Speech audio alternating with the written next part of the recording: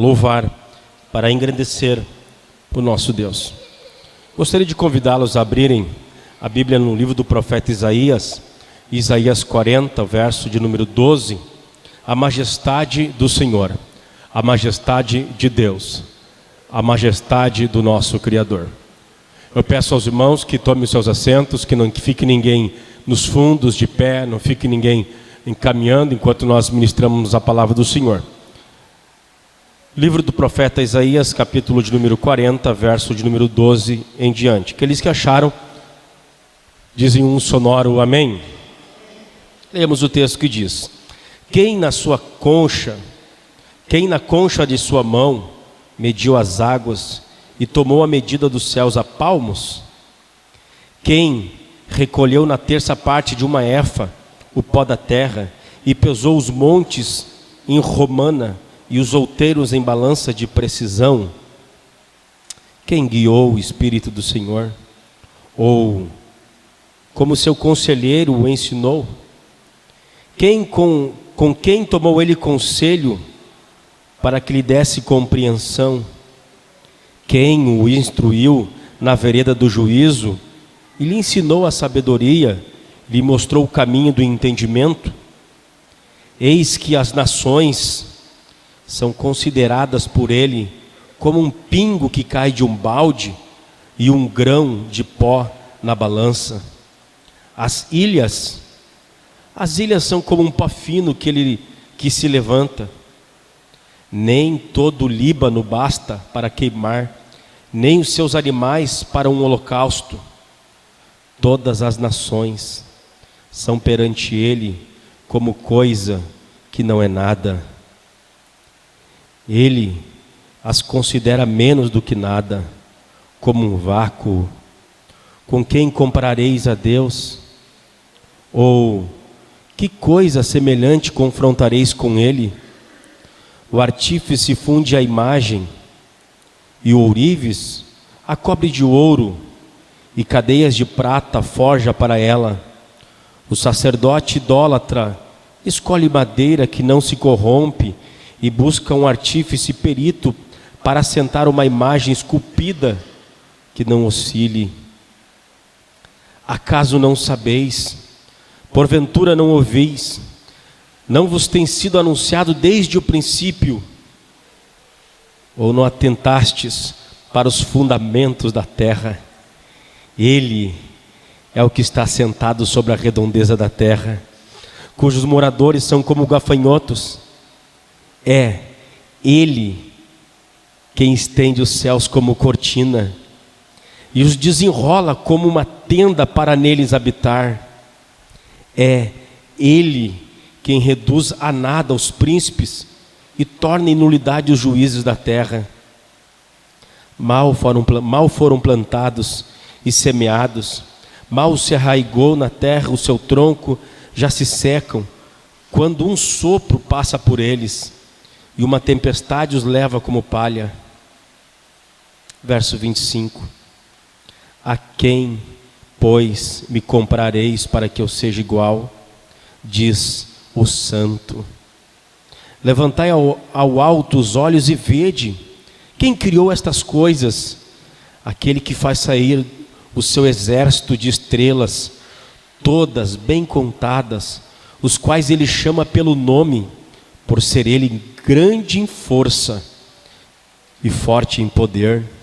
Nenhuma só vem a faltar. Porque, pois, dizes, ó Jacó, e falas, ó Israel, o meu caminho está encoberto ao Senhor, e o meu direito passa desapercebido ao meu Deus. Não sabeis, não ouviste que o eterno Deus, o Senhor, o Criador dos fins da terra, nem se cansa, nem se fadiga? Não se pode esquadrinhar o seu entendimento. Faz forte ao cansado e multiplica as forças ao que não tem nenhum vigor. Os jovens se cansam e se fadigam, e os moços de exaustos caem. Mas os que esperam no Senhor renovam as suas forças, sobem com asas como águias, correm e não se cansam, caminham e não se fatigam. Até aqui palavra de Deus, até aqui palavra do Senhor. Eu escolhi esse texto para nós darmos abertura à nossa série de pregações sobre o conhecimento de Deus. Hoje, dia 16 de fevereiro de 2019, nós damos abertura a uma série para jovens, adolescentes, para toda a igreja, para os pais, mães, para aqueles irmãos e irmãs que terão filhos e não sabem como ensinar os seus filhos.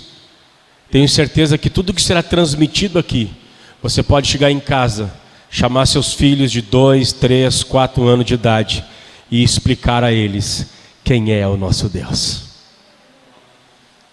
É uma série que nós precisamos falar para os adolescentes, para os nossos jovens, algo que Deus tem colocado muito forte no meu coração, no coração do presbitério dessa igreja.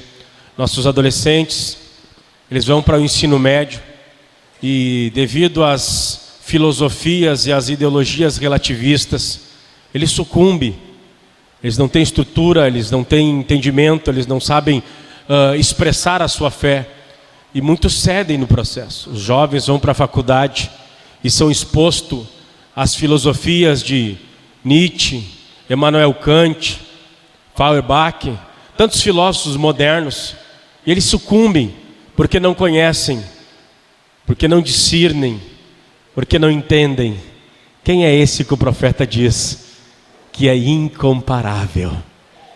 Quem é semelhante a ele? Então eu tenho certeza que mais do que abençoar os adolescentes e jovens, essa série há de abençoar toda a vida da igreja. Pais, mães, enfim, que Deus venha nos abençoar. Hoje eu vou estar falando sobre a existência de Deus e sobre o ser de Deus. Nossa série será pontuada em cima dos atributos de Deus. Os presbíteros dessa igreja, os obreiros dessa igreja, vão estar ministrando sábado após sábado os atributos do Senhor. E eu quero convidá-los a colocarem na sua agenda as noites de sábado. Não faça nada, venha cultuar ao Senhor. Ou quer dizer, faça muita coisa, mas faça até o horário do culto. No horário do culto esteja aqui reunido com a sua família, bendizendo e exaltando o nome do Senhor. Essa é a primeira razão pelas quais nós queremos falar sobre essas questões de Deus. Nossos jovens, adolescentes precisam conhecer o Senhor. Mas também nós temos visto que a nossa cultura, os homens do nosso tempo, as mulheres da nossa época, e por que não dizer a igreja moderna também, ela tem pensamentos elevadíssimos de si mesmo. E tem pensamentos anões, pequenos acerca de Deus. Às vezes a igreja, os obreiros têm uma visão muito grande de si mesmo. Mas nós pensamos, às vezes de forma tão ínfima, tão pequena, acerca de Deus. Joshua Harris, no Cave Mais Fundo, ele diz que o homem é o que ele pensa, porque o que ele pensa norteia seus hábitos, seu linguajar, sua ética, sua moral, e especialmente o que ele pensa acerca de Deus, o seu Criador. E aquilo que você pensa acerca de Deus vai nortear toda a sua conduta. Se você tem um pensamento, uma noção torta de Deus, todo o seu culto será torto, tua família será torta, tua ética será torta. Se você tem pensamentos equivocados do Criador, desse Deus trino e único, você terá uma vida totalmente desregrada, longe da verdade do Senhor. Por isso é urgente que sentamos e ouçamos o que as Escrituras Sagradas têm para falar acerca de Deus. Eu vou iniciar, meus irmãos, falando sobre a existência de Deus. Vou falar um pouco sobre a existência de Deus, a possibilidade de conhecer Deus. Vou falar um pouco sobre a incompreensibilidade de Deus. Deus, embora seja conhecido, conhecível, não pode ser plenamente conhecido. Há algo em Deus que não pode nós definirmos, porque estamos falando de Deus. Não serei eu que falarei sobre alguns atributos de onisciência, onipotência. Falarei hoje sobre a infinitude de Deus. Deus é um ser infinito. Deus é um ser ilimitado. Nós somos seres finitos e ilimitados. Então é uma impossibilidade conhecer a Deus de forma plena. Um Deus que pode ser compreendido plenamente não merece o nome de Deus. Se um ser eterno, infinito, puder caber na nossa cachola limitada, finita e cheia de pecado, não merece esse nome. Todavia, embora Deus não possa ser entendido de forma plena, final, completa, é possível compreender algo real, verdadeiro, acerca desse ser maravilhoso que é o nosso Criador. Gostaria de começar fazendo algumas perguntas, e nós estaremos usando, baseados nos nossos sermões e a nossa ideia, nas Escrituras Sagradas acima de todas as coisas. A Bíblia vai ser a base da nossa série de sermões, mas nós vamos estar lendo paralelamente o livro Conhecimento de Deus, do J.I. Packer, e também os atributos de Deus, do A.W. Pink. Então, o J.I. Packer, no livro Conhecimento de Deus, terceiro capítulo acerca de conhecer a Deus e sendo conhecido por Ele, ele faz algumas perguntas que eu gostaria de iniciar hoje a nossa reflexão sobre a existência de Deus, sobre o conhecimento de Deus. E ele faz a primeira pergunta: por que fomos feitos? Ele responde: nós somos feitos para conhecer a Deus. Que objetivo deveríamos estabelecer para a vida? O objetivo que devemos estabelecer para a vida é conhecer a Deus. O que é a vida eterna que Jesus dá? Ele responde: a vida eterna que Jesus dá é o conhecimento de Deus. Abra sua Bíblia no Evangelho de João, capítulo 17, o verso 3. O que é a vida eterna que Jesus dá? J.I. Packer responde: o conhecimento de Deus. João 17, 3. E a vida eterna é esta, que conheçam a Ti, único Deus verdadeiro, e a Jesus Cristo, a quem enviaste. E a vida eterna é essa, que conheçam a Ti, único Deus verdadeiro, e a Jesus Cristo, a quem Tu enviaste. Qual é a melhor coisa na vida? O que traz a maior alegria? O que te traz maior deleite? O que te traz contentamento acima de qualquer outra coisa? O conhecimento de Deus. É o conhecimento de Deus que coloca todas as coisas dessa terra, as glórias humanas, elas se tornam anãs, pequenas, quando comparada à glória e à majestade da comunhão e do relacionamento com Deus. J.I. Packer vai dizer que a tragédia da igreja está por trás da falta de comunhão, de conhecimento, de relacionamento com Deus. É a maior tragédia da igreja, é a igreja não conhecer o seu Deus, não conhecer o seu Criador. Abra Jeremias 9, 23. Qual é a maior coisa da vida? Qual é a melhor coisa da vida? O que traz maior alegria? Qual é o maior deleite, contentamento, acima de qualquer outra coisa?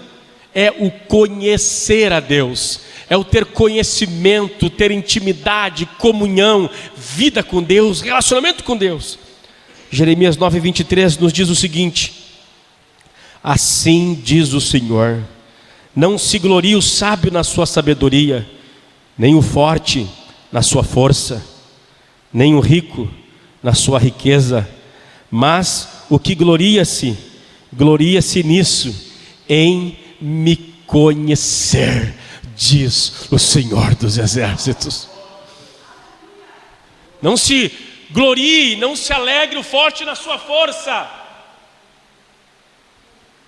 Eu já fui mais forte do que eu sou hoje. Sério, gente.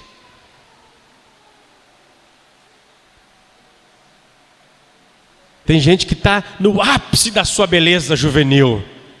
Você vai passar. Hoje você pode gravar todos os versículos, todos os compêndios, você pode ler dicionários, enciclopédias. Um dia tua memória vai falhar. Tua força intelectual, tua força física há de passar. O profeta Jeremias, em vendo a nulidade das glórias humanas, e diz: aquele que gloria-se nisso, em conhecer a Deus. Qual entre todas as condições em que Deus vê o homem dá maior prazer a ele? É a quinta e última pergunta que o Joy Packer comenta. Ele abre o capítulo 3 do seu livro acerca de conhecer Deus e ser conhecido por Ele. Qual entre todas as condições em que Deus vê o homem dá maior prazer a ele? Oséias 6:6. Abre esse texto lá no livro do profeta Oséias, capítulo de número 6 e o verso 6.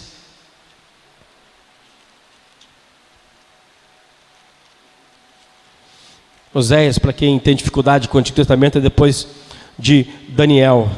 Oséias 6:6, diz assim o texto sagrado: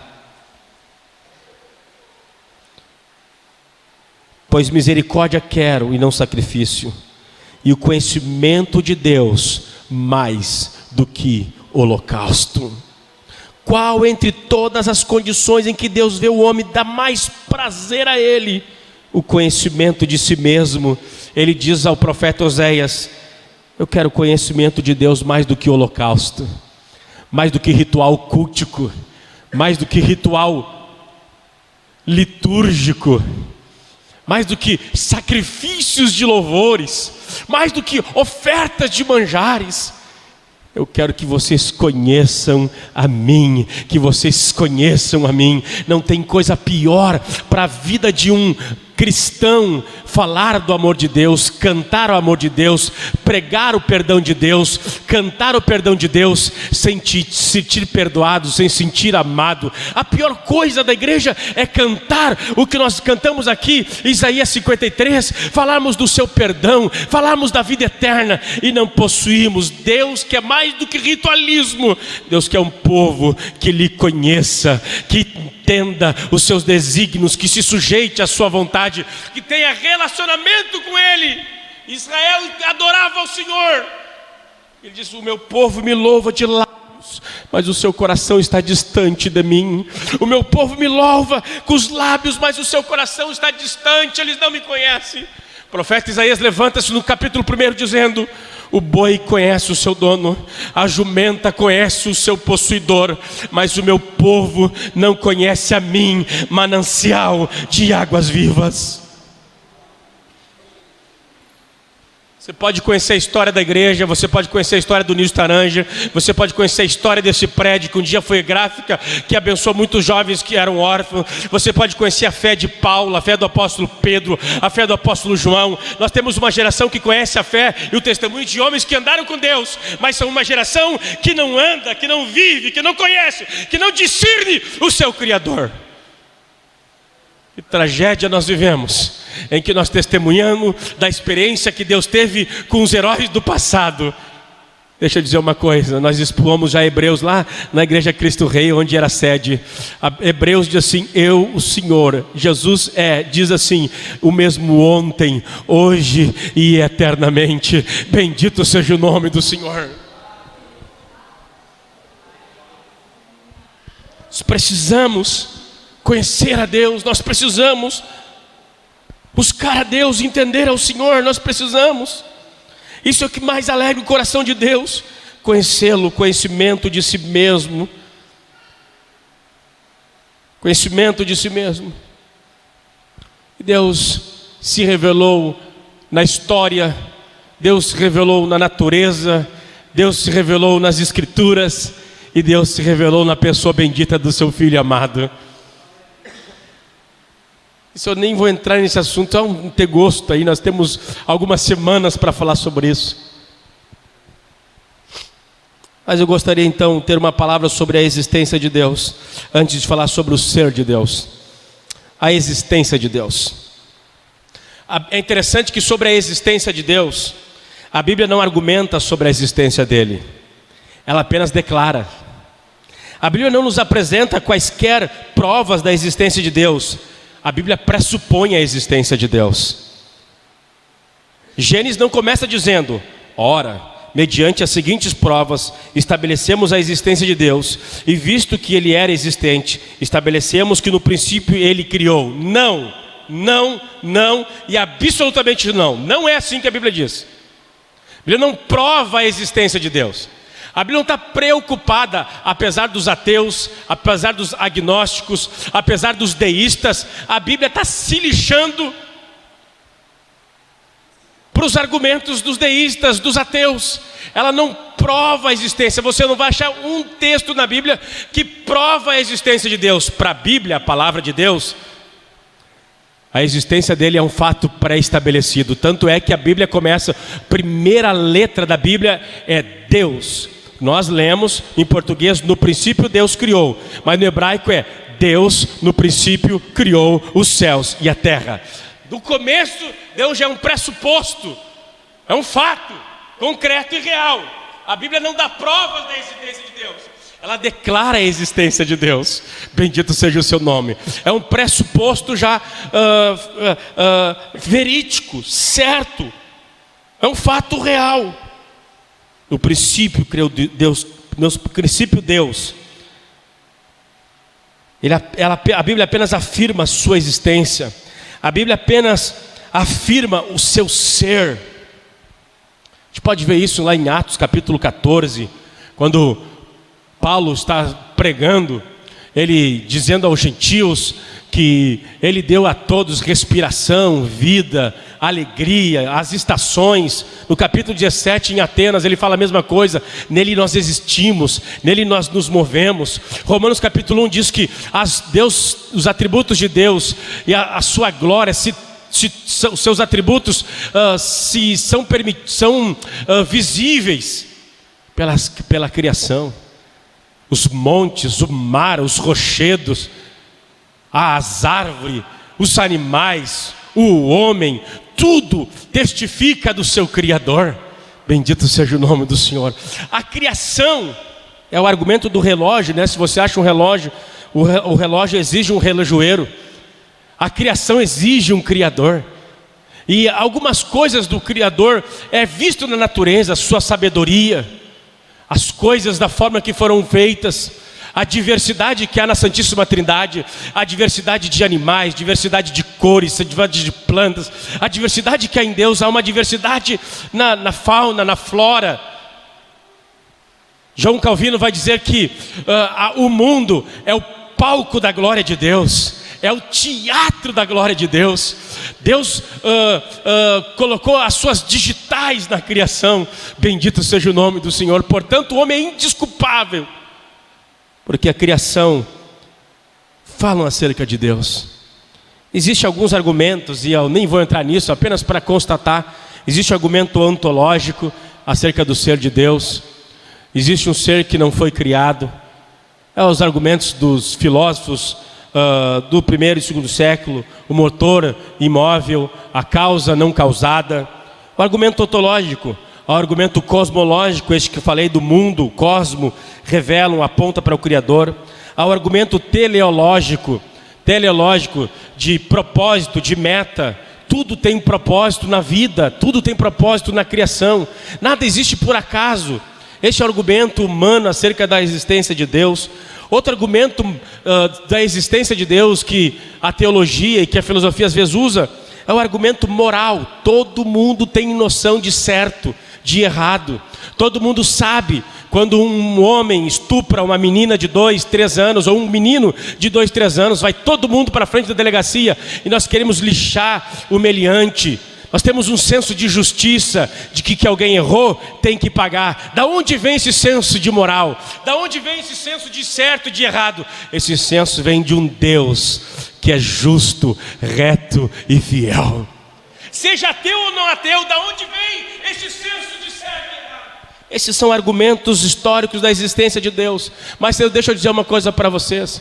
Esses argumentos ontológico, cosmológico, teleológico, o argumento moral, são argumentos que não podem produzir fé, não podem provar a existência de Deus. Eles podem ajudar aqueles que têm fé a combater o ateísmo, mas a fé é um dom de Deus. A certeza da existência de Deus somente pela revelação, por nenhum argumento filosófico ou humano, porque pela sua própria sabedoria ninguém conheceu a Deus. Aprove Deus, aleluia, se revelar pela loucura da pregação. Bendito seja o nome do Senhor.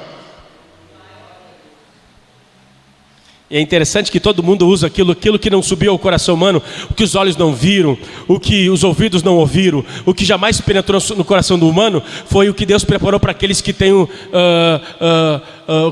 recebido. Normalmente a gente acha que esse texto de 1 Coríntios é para a vida futura. Não é. Paulo está dizendo sobre a revelação de Deus. Ele diz aquilo que não subiu ao coração humano, aquilo que os ouvidos não ouviram, os olhos não viram, não desceu no coração humano.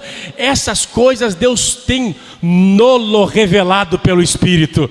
A cruz de Cristo revela-nos a revelação do amor, do caráter, da pessoa de Deus. Bendito seja o nome do Senhor. Todo e qualquer conhecimento de Deus só é possível pela revelação de Deus. Tudo que eu conheço da Daniela, porque a Daniela se permitiu se revelar para mim. Eu às vezes conheço um pouco mais ela, depois de quase 20 anos de casado, mas eu lembro quando a gente começou a namorar. Eu só conheci ela porque ela se permitiu conhecer. E tudo que a Daniela sabe de mim é porque eu me permiti revelar a ela. Tudo que eu sei de você é porque você se mostra. Se você não falar, se você não demonstrar os teus desejos, se você não mostrar, eu jamais vou saber quem é você. Deus é a mesma forma. Nós saberíamos quem é Deus, a menos que Deus se desnudasse, de Deus se revelasse, se Deus se mostrasse. E bendito seja o nome do Senhor, louvado seja Ele, graça seja dada a Ele. Ele se revelou. Se Ele não se tivesse revelado, nós estaríamos eternamente perdidos, tateando assim, sem saber quem Ele é, o que Ele sente. Mas Ele se revelou a nós. Deus se mostrou a nós. Deus se fez carne, se fez gente, suor, sangue. Bendito seja o seu nome. E nos deu o seu Espírito e sua palavra. Ora, Deus possa ser conhecido. Deus existe desde a eternidade. De eternidade em eternidade a Bíblia apresenta que Deus existe. No entanto, Deus tem criado o mundo e tendo nos posto no mundo, a questão para nós é a seguinte: é possível conhecer este Deus que é posto diante de nós na Bíblia, o Deus cuja existência a Bíblia assevera? É possível conhecer esse Deus? É possível. Segundo o ensino bíblico, nossa suprema necessidade seria sempre conhecer a Deus. Portanto, a pergunta é: Ele pode ser conhecido? Ele pode ser conhecido? Isso porque há pessoas que creem na existência de Deus, mas afirmam que Ele não pode ser conhecido. Nós temos o deísmo, que é uma filosofia que diz que Deus existe, Ele deu corda ao mundo e as coisas agora andam pelas leis naturais, e Deus está longe, longínquo, e ninguém sabe quem Ele é, o que Ele sente, o que Ele deseja. Deus, Ele é incompreensível. Há uma impossibilidade de conhecer Deus. Algumas pessoas acreditam nisso. os agnósticos, aqueles que negam a possibilidade de conhecer Deus. A filosofia grega e romana também negam a possibilidade de conhecer Deus. Em certa medida, eu vou falar isso, não tem. O deísmo, o agnosticismo, as filosofias que negam a possibilidade de conhecer Deus, eles têm um quê de verdade. Eles têm um quê de verdade. Há algo em Deus que é impossível de conhecê-lo. Porque Deus é um ser infinito. Deus é um ser. Que é bom. O cara não está dormindo, então está acompanhando a mensagem. Deus é um ser infinito. Então, por mais que Deus se revele, aquela revelação é uma revelação, embora real, verdadeira, é uma revelação parcial. Isso aqui já dá humildade à igreja cristã, ao pastor, ao evangelista, seja quem for. Tudo que tu conhece de Deus, negão, é limitado, é parcialmente. Deus é muito, infinitamente mais do que imagina. Deus é amor, mas é infinitamente mais do que a palavra amor pode ser definida. Por isso que o nome de Deus é um tetragrama, YHWH, YHWH, isso, YHWH, é um tetradrama, é impronunciável. Não há um atributo de Deus, não há um nome de Deus que possa resumir de forma plena como Deus é. Deus é infinitamente mais aquilo que o seu próprio nome diz. Ele é o eu sou, mas Ele é o eu sou infinitamente mais do que qualquer dicionário pode mensurar. Bendito seja o seu eterno nome. Nós vamos estudar os atributos de Deus. Se segura no banco, o pastor vai falar isso. Os atributos de Deus não têm a capacidade de revelar totalmente como Deus é. Os próprios nomes que existem na Bíblia sobre Deus não são capazes de defini-lo como Ele é na sua plenitude, embora revela Deus de forma real, verdadeira, mas ainda é parcial. Bendito seja o nome do Senhor, porque nós estamos diante de um Deus eterno, ilimitado, infinito. Bendito seja o nome do Senhor. Nós somos criaturas finitas. Aí o cara me procura no gabinete: ai pastor, eu estou em crise, eu não estou entendendo tal coisa sobre Deus. Perfeito, meu irmão, está tudo normal. Por que eu sofro? Por que existe sofrimento? Porque Deus é justo e santo e acontece isso. Legal, irmão, está tudo normal. Estou em crise porque eu não consigo compreender certas coisas. Tranquilo, meu irmão, nós estamos de Deus. Aleluia. Você pode dominar a filosofia, você pode dominar a matemática, você pode administração. Tem gente que faz administração, tem gente que faz gerenciamento de pessoas, tem gente que faz pedagogia, tem gente que se formou em sociologia, tem gente que está cursando aqui matemática. Você pode dominar isso, mas o Deus da Bíblia você jamais conseguirá dominar. É Ele que nos domina. Bendito seja o nome do Senhor. Ninguém controla, ninguém instrui, ninguém consegue dominá-lo plenamente. Bendito seja o nome do Senhor. Mas tudo quanto é para adoração, serviço, para amar o próximo, para servir a Deus, é possível conhecê-lo. Bendito seja o nome do Senhor. Então há uma incompreensibilidade de Deus, há uma incompreensibilidade de alguma forma no ser de Deus. Você pode ver isso em Timóteo 6,16. Ao único que possui imortalidade, que habita em luz inacessível, a quem o homem algum jamais viu, nem é capaz de ver, a Ele a honra, poder eternamente. Amém. Aquele que habita em luz inacessível. Ah, pastor, a trindade é difícil. É claro que é difícil. Nós estamos falando de Deus, cara. Ei, tira as sandálias dos teus pés, porque onde pisa é um lugar santo. Quando a gente fala sobre o conhecimento de Deus, gente, que não é um parquinho de diversão. Por isso que somente gente regenerada pode entender o Evangelho. Entender o Evangelho é um milagre. Somente com um novo coração, com um novo espírito, com uma nova capacidade, com a vida de Deus, você pode recebê-lo. Romanos 11:33 diz: ó profundidade das riquezas, tanto da sabedoria como do conhecimento de Deus. Quão insondáveis são os seus juízos e quão inescrutáveis são os seus caminhos. com profundidade. É inescrutável, os caminhos de Deus são impenetráveis.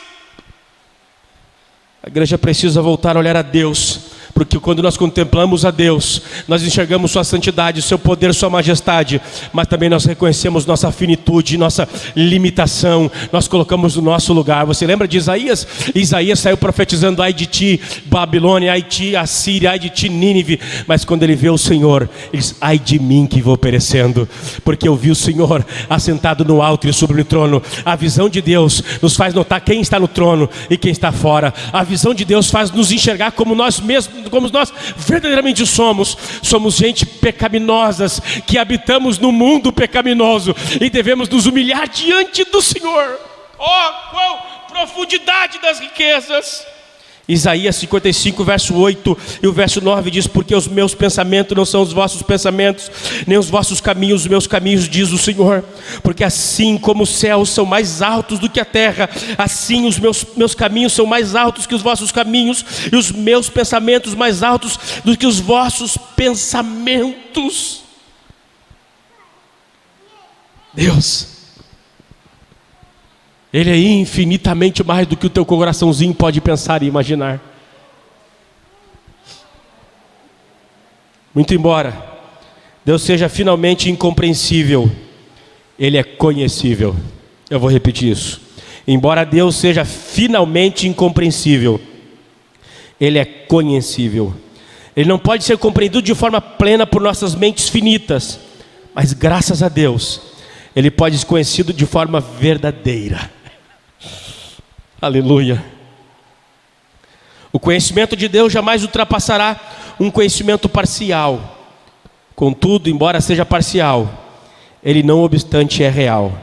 Embora não seja completo, não obstante é um conhecimento verdadeiro, suficiente para levar-nos a glorificarmos para todo sempre.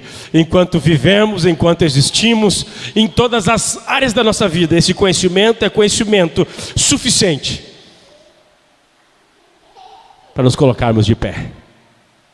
Perdão, para nos colocarmos de joelho diante da sua presença, diante da sua face. E temos esse conhecimento de Deus, porque aprouve a Ele nolo conceder. Indubitavelmente, este é o ponto máximo, e este é o propósito de todo o ensino que temos na Bíblia. Aqui encontramos a revelação que Deus faz de si mesmo, à luz de várias afirmações feitas por Ele mesmo.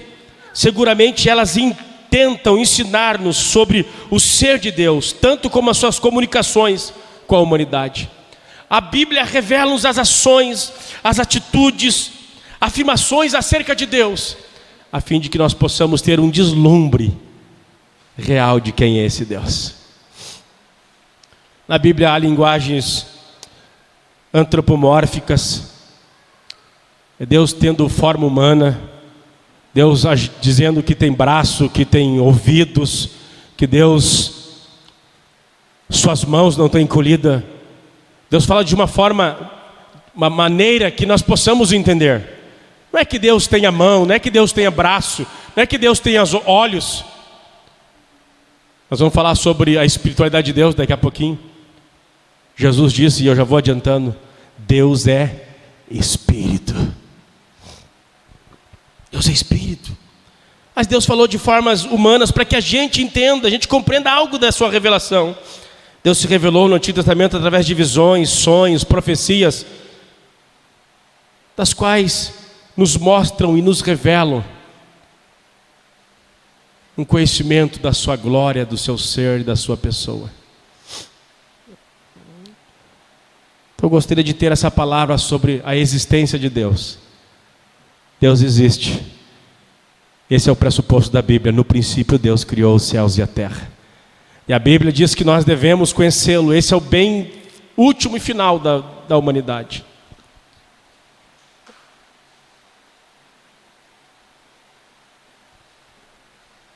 Mas o que nós podemos então compreender desse Deus, entender desse Deus? Nós podemos compreender, além dos seus atributos pessoais, seus atributos morais, nós podemos aprender sobre a natureza e a essência desse Deus.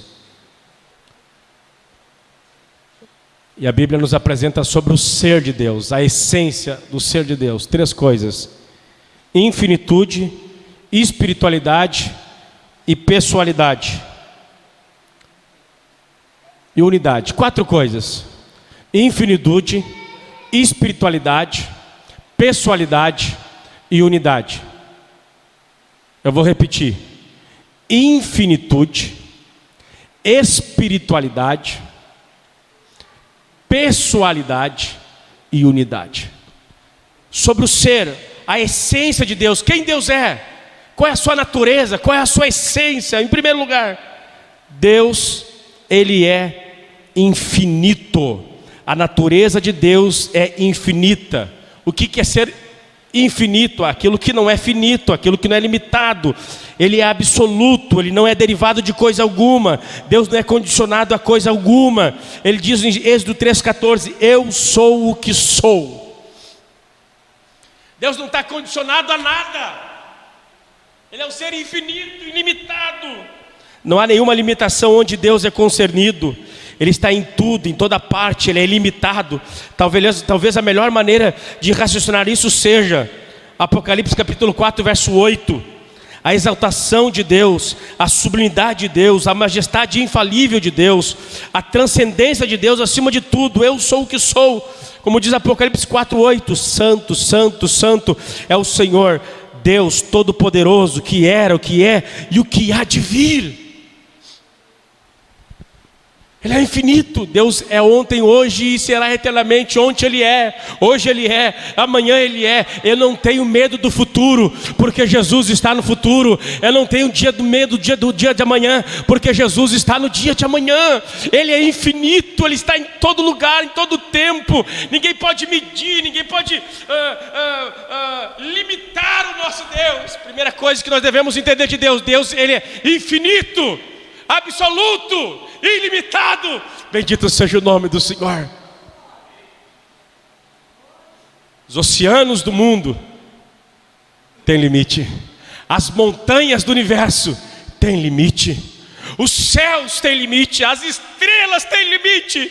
Mas o Deus da igreja, Ele é um ser ilimitado. Ninguém consegue mensurar, ninguém consegue medir, ninguém consegue esquadrilhar. Seu amor é limitado, sua graça é limitada, seu perdão é limitado, sua força é limitada. Bendito seja o nome do Senhor. Sua sabedoria é infinita, seu amor é infinito. Não há uma possibilidade, não há uma única possibilidade de Deus deixar de te amar, porque Deus é infinito, seu amor é infinito também. Bendito seja o seu eterno nome. Segunda coisa sobre o ser de Deus: primeiro, Ele é infinito. Segunda coisa, Deus é espírito. Isso foi declarado uma vez para sempre por nosso Senhor Jesus Cristo em João capítulo 4, verso 24. Deus é espírito, disse Ele. Estevão, no sermão dele em Atos 7,44, diz: Deus não habita em templos feitos por mãos humanas. Paulo diz a mesma coisa em Atos 17,24. Deus não habita em templos feitos por mãos humanas. Deus é um ser finito, ninguém pode limitar Deus. Ninguém pode, a religião tenta por muitas vezes colocar Deus numa caixinha de sapato. Deus, Ele é ilimitado. Os homens tentam domesticar Deus, os homens tentam domar Deus. Deus, Ele é indomável, indomesticável, incontrolável. Deus, Ele é espírito. Bendito seja o nome do Senhor. Deus nunca foi visto por alguém. João 1,18. Deus nunca foi visto por alguém. Filho unigênito que está no seio do Pai está. Este fez o conhecer. 1 Timóteo 1,17 diz assim. Diz assim, 1 Timóteo 1,17. Assim, ao Rei eterno, imortal, invisível, Deus único, honra, glória pelos séculos dos séculos. Ao Deus eterno, aquele que possui a imortalidade, invisível. Deus, saudoso Luiz Antônio dizia assim, Deus, Ele é invisível, mas Ele é perceptível. Deus é que nem o vento, você não vê o vento, mas você sente o vento. Deus é espírito, espírito, você não enxerga, você não vê, mas você percebe a sua ação, o seu poder, a sua revelação, uma vez que Ele lhe toca. Bendito seja o nome do Senhor. Ele é invisível, mas suas ações são perceptíveis. Você lembra, irmã? Você lembra, irmão, que vida você levava até que esse ser invisível, esse ser que o mundo pensa, mas nossa, como é que ele mudou, como é que ela mudou, parou de usar isso e aquilo, o que foi? Eu não vi o que foi, porque ninguém pode vê-lo, bendito seja o nome do Senhor, mas Ele é real, imutável, bendito seja o nome do Senhor. Então Ele é infinito, Ele é Espírito. Penúltimo lugar, Deus é um ser pessoal. Atributos de personalidade lhe é atribuído na Bíblia Sagrada e nas Escrituras. A personalidade existe onde há mente, a personalidade existe onde há inteligência, vontade, razão, individualidade, autoconsciência e autodeterminação. Tudo isso são atributos que Deus possui.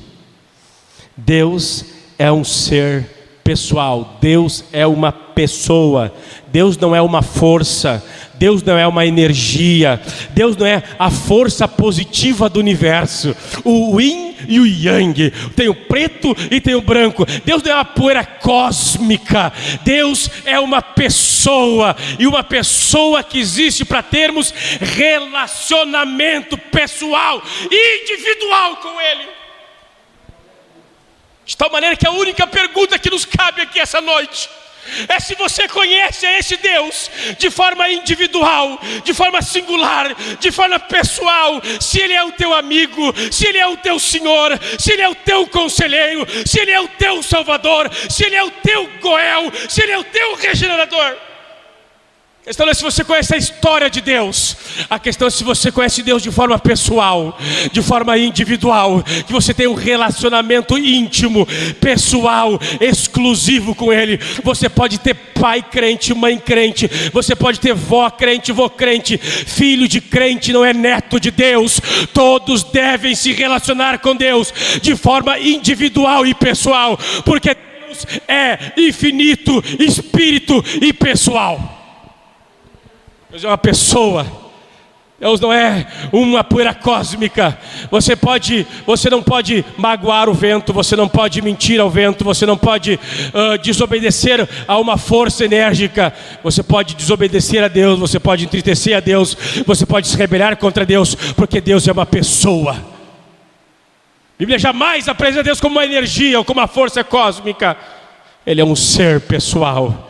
Bendito seja o nome do Senhor, e todas as criaturas hão de conhecê-lo um dia, ou como pai, um pai pessoal, ou como um juiz pessoal.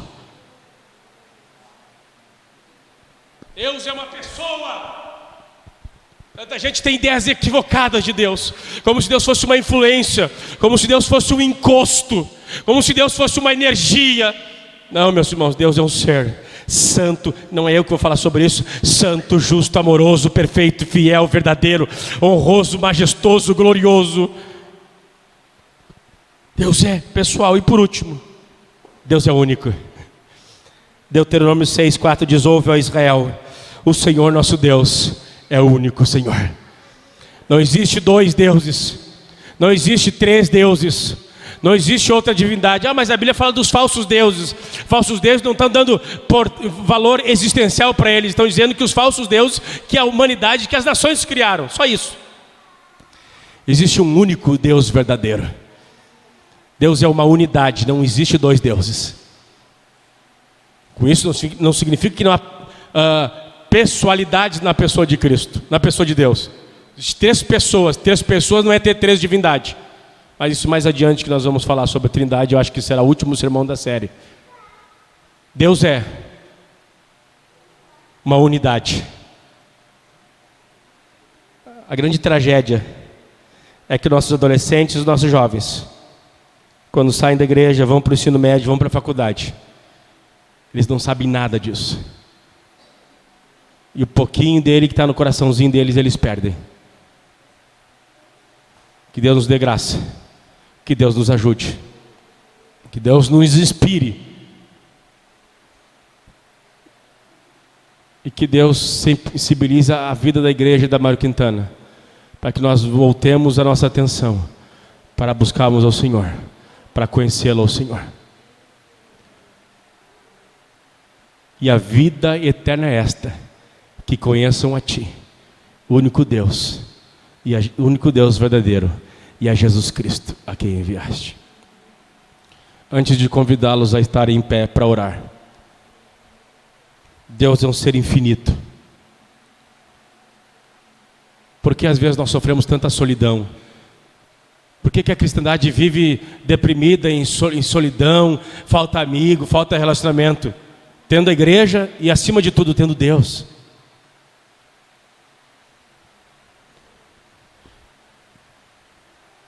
Ele pode te encontrar no trabalho, Ele pode te encontrar na tua casa. Ele é o amigo mais presente do que você pode ter. Ele é a pessoa mais presente. Por isso que o salmista vai dizer, Ele é o socorro bem presente na hora da angústia. Deus é infinito. Por que nós vivemos acometido de ansiedade, de preocupação? Se Ele é um ser infinito, Ele pode tudo, Ele faz tudo. Porque nós estamos o coração tão temerosos, cheios de preocupação, de ansiedade. Deixa eu dizer uma coisa para vocês, porque muitos de nós somos ateus na prática. Nós não temos coragem para confessar, mas nós vivemos aterrados sobre ansiedade e preocupação, porque nós somos ateus na prática. Professamos ser crentes, professamos ser teístas com a boca, mas com as atitudes, com a mente e com o coração somos incrédulos, duvidamos do poder suficiente daquele que é infinito, pode todas as coisas. Isaías 40 nós lemos, ele diz, depois que ele fala que contou os baldes, contou as águas do mar como um pingo no mar, que ele contou todos os pó da terra como uma balança de medição. Depois que ele fala tudo aquilo, ele diz para Jacó, porque tu dizes, Jacó, eu sou um verme, meu caminho está longe de Deus. É essa a ideia que Isaías tem na mente. Por que tu está te preocupando com teus afazeres, dizendo que Deus não está vendo, que Deus não está vendo? Fique tranquilo, bendito seja o nome do Senhor. Confie naquele que tem todo o poder. Ele é Espírito. Quantas das vezes nós idealizamos Deus conforme os nossos desejos, nossas fantasias? Quantas vezes eu ouvi, eu preciso ver para crer? Quantos de nós somos movidos à vista?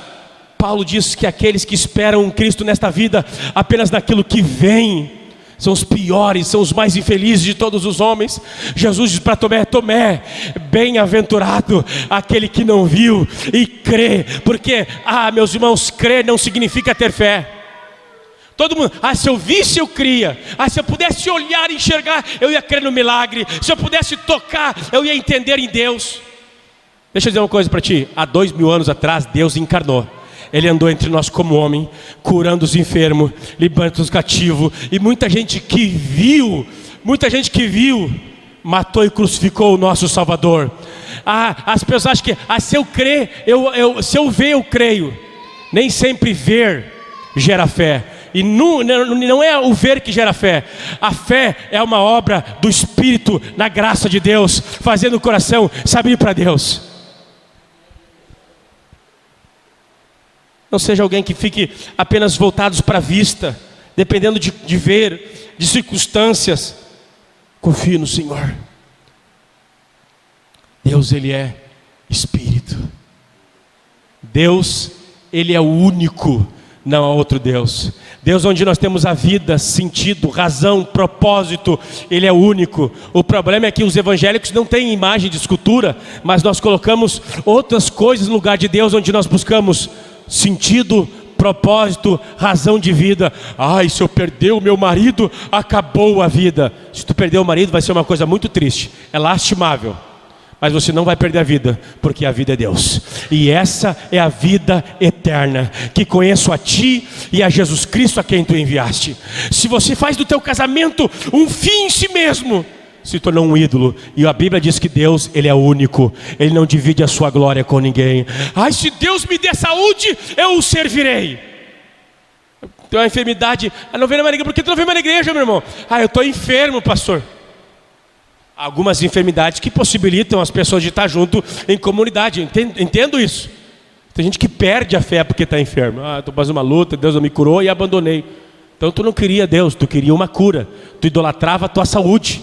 É essa a ideia. Eu estou pastoreando uma igreja e a mulher assim está com seus 44 anos e não casada. Se Deus não me der um namorado esse ano, eu vou embora. O que tu está dizendo? Eu falei, tu está entendendo? Tu está escutando o que está falando? O que tu está dizendo é o seguinte, Deus, tu não é importante para mim. O que é importante para mim é um namorado. Tu é mais importante, tu é menos importante do que um namorado. Deus é o único. É assim que nós temos servido, é assim que nós temos relacionado com Ele. Deus é um ser pessoal. Como é que você tem se relacionado com Ele? Embora eu sou um cara de poucas palavras e a Daniela vive, falei contigo, tu não respondeu, e me xinga, e briga, para que o diálogo role mais.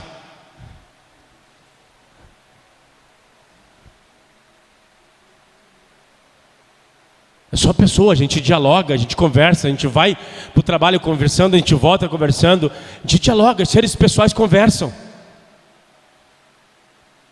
Deus é um ser pessoal. Você tem relacionamento com Ele de forma pessoal? Ou hoje foi um dia daqueles que tu nem olhou para Ele, nem conversou com Ele, nem ouviu a voz dEle?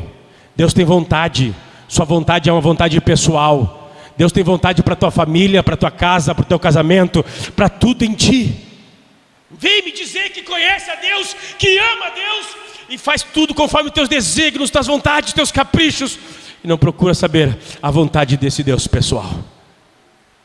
Vamos estar em pé no nome do Senhor Jesus. Nós vamos orar ao Senhor. Como é que você tem vivido com esse Deus? Como é que você tem se relacionado com Ele? Wayne Grudem diz assim: embora Deus, de forma plena, Ele é inatingível, incompreensível. Olha aqui para a minha igreja da Mário Quintana. Embora Deus, na sua plenitude, Ele não seja alcançado naquilo que Ele revelou, o homem pode alcançá-lo através da fé, da oração, da revelação das Escrituras Sagradas.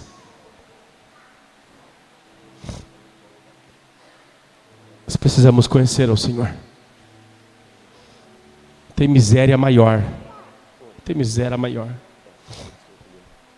Um dos textos mais infelizes do Antigo Testamento é quando perdeu-se a palavra de Deus dentro do templo. Dentro do templo foi perdida a lei do Senhor, o conhecimento de Deus foi perdido. Que coisa horrível ver corpos. Quem assiste aqui a série The Walking Dead, levanta a mão. O pastor não vai disciplinar, levanta a mão aí. Aqueles que conhecem, pelo menos, conhecem a série The Walking Dead, levanta a mão aqui. Conhecem? Agora vocês levantaram a mão, né? Tem gente que é que nem o The Walking Dead. São vivos, mas estão mortos. Bando de gente que é viva, mas são mortos, são zumbis espirituais. Porque não tem um relacionamento real com o Senhor. Vivo, verdadeiro com o Senhor. O cara prega sobre casamento, sobre oração, sobre fidelidade, sobre evangelho. Daí o cara procura na saída da igreja e bota os pés pelas mãos. Agora vou me divorciar. Como assim, cara? Eu estou há 2 anos pregando contra isso. Gente que está viva, mas que está morta. Diz que Deus, pela sua revelação, nos visite aqui essa noite. Nos visite através da oração. Eu quero que você feche os olhos. Deus é um Deus real, verdadeiro. Deus é um Deus pessoal. Deus é um Deus único. Não divide a sua glória e o seu coração com ninguém. Ou nós somos 100% dele, ou nós não somos nada dele. Pai bendito e eterno,